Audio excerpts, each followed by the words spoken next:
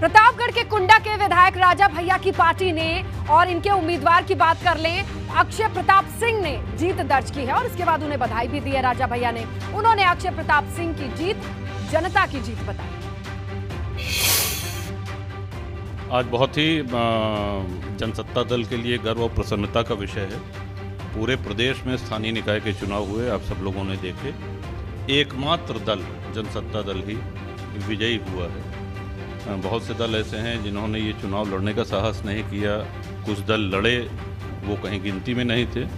तो ये हमारे लिए बहुत गर्व और प्रसन्नता की बात है। अपने सभी समर्थकों को, प्रतापगढ़ के सम्मानित मतदाताओं को और सभी शुभचिंतकों को आपके माध्यम से पार्टी के सभी पदाधिकारियों को आभार व्यक्त करना चाहेंगे। राजा भैया, बहुत कम समय हुआ जनसत्ता दल लोकतांत्रिक का गठन हुए और इतने समय में ही विधानसभा चुनाव में अगर कहें तो तीसरे नंबर की पोजीशन आ गई। भारतीय जनता पार्टी, समाजवादी पार्टी, उसके बाद अपना दल। तो ये एमएलसी चुनाव में भी बेहतरीन प्रदर्शन, तेजी से आगे जा रहा है। सब जनता जनार्दन का स्नेह है। और यहाँ पे एक बात ये भी बड़ी महत्वपूर्ण है कि जनसत्ता दल का किसी भी पार्टी से, अन्य दल से कोई गठबंधन नहीं। हम अपने दम पे चुनाव लड़े, जनता जनार्दन के दम पे चुनाव लड़े और जो भी सफलता मिली वो किसी अन्य दल के गठबंधन होने के कारण नहीं मिली, वो जनता जनार्दन के आशीर्वाद से और कार्यकर्ताओं की कड़ी मेहनत के कारण मिली। सारे दल दावा करते हैं, भारतीय जनता पार्टी भी दावा कर रही थी, समाजवादी पार्टी के अपने दावे हैं, चाहे विधानसभा चुनाव हो या एमएलसी चुनाव। लेकिन राजा भैया को प्रतापगढ़ में कोई हिला नहीं पा रहा है। कौन सा जादू है? नहीं, जादू नहीं है, कड़ी मेहनत है। और अक्षय प्रताप जी लगातार 5वीं बार स्थानीय निकाय का चुनाव जीते हैं। बीच में एक बार लोकसभा के सदस्य भी रहे।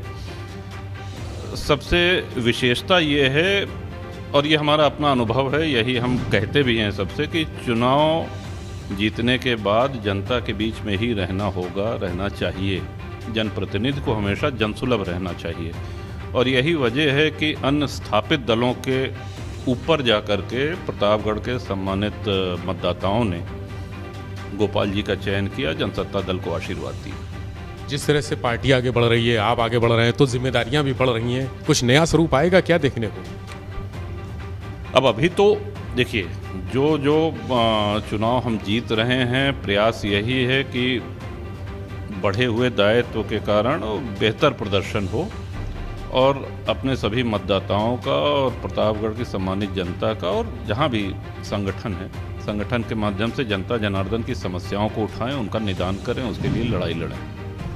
राजा भैया, विधानसभा चुनाव हो गए, एमएलसी चुनाव हो गए, आगे लोकसभा चुनाव है, उसमें अब अभी थोड़ा पसीना तो पूछने दीजिए। हम लोग पिछले 1 साल से चुनाव में हैं। आप ध्यान करें कि पंचायत चुनाव, ज़िला पंचायत के चुनाव हुए, फिर ज़िला पंचायत अध्यक्ष के चुनाव हुआ, फिर उसके बाद ब्लॉक प्रमुख के चुनाव हुए, फिर विधानसभा के चुनाव हुए, अब विधान परिषद हुआ। तो 1 साल से लगातार चुनाव ही हम लोग फेस करते आ रहे हैं और ईश्वर की कृपा से हर चुनाव जीते हैं। तो अब थोड़ा सा जनता के बीच में जाके काम करने का और वहाँ पे उपस्थिति, वो प्राथमिकता है। एबीपी गंगा के दर्शकों को कुछ संकेत तो दे दी। एबीपी के सभी सम्मानित दर्शकों को बहुत बहुत शुभकामनाएं, बहुत बहुत आभार। और आप आए, आपने इतना समय दिया प्रतापगढ़ में, कवर किया, इसके लिए आपको भी धन्यवाद। लेकिन दूल्हा नहीं दिख रहा है अभी, दूल्हा कहाँ है? अभी प्रमाण पत्र नहीं मिला है।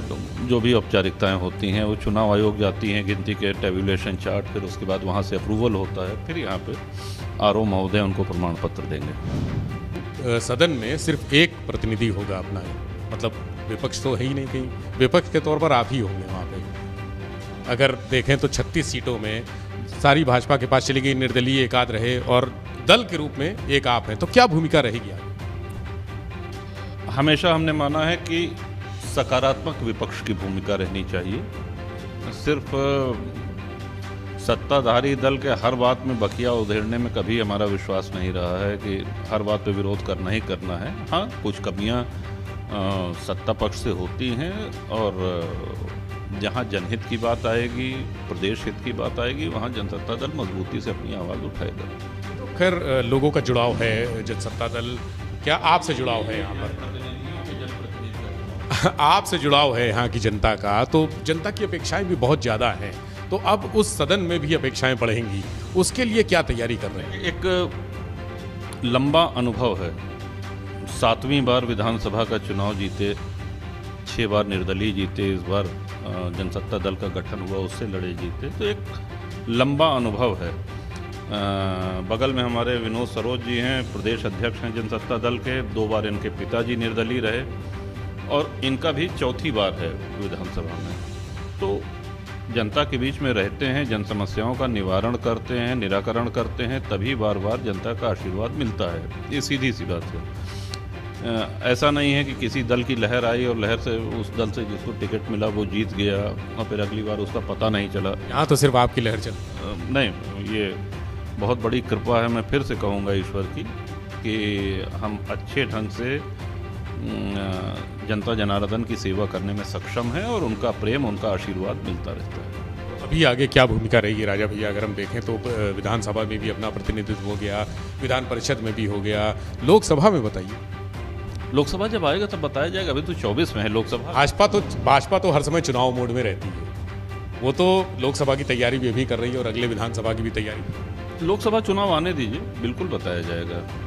अभी तो हमारे जो आज विजयी हुए हैं MLC महोदय गोपाल जी, अभी तो उनको प्रमाण पत्र भी नहीं मिला है। अभी इंतजार हो रहा है दूल्हे का। दूल्हे यानी MLC अक्षय प्रताप सिंह 5वीं बार बने हैं, तो अभी प्रमाण पत्र वितरण होगा। प्रमाण पत्र वरिष्ठतम MLC हैं, यानी 5वीं बार। इसके पहले राजा भैया यहाँ 5वीं बार, मतलब अगर पूरे प्रदेश में देखें, अब रिकॉर्ड निकलवा के देखना पड़ेगा, लेकिन हमको लगता नहीं है स्थानीय निकाय से कोई 5 बार हुआ। स्थानीय निकाय से 5वीं बार MLC बन गए हैं। अगला कार्यकाल उनका है और बहुत सारी योजनाएं जो पाइपलाइन में है, चूंकि लगातार 4 बार रहे हैं, तो 4 बार के दौरान जो भी काम हुए हैं, जिस तरह से उन्होंने पब्लिक की आवाज़ को उठाया है, आगे उसी तरह से सिलसिला जारी रहेगा। जो काम अधूरे रह गए हैं वो काम आगे पूरे होंगे।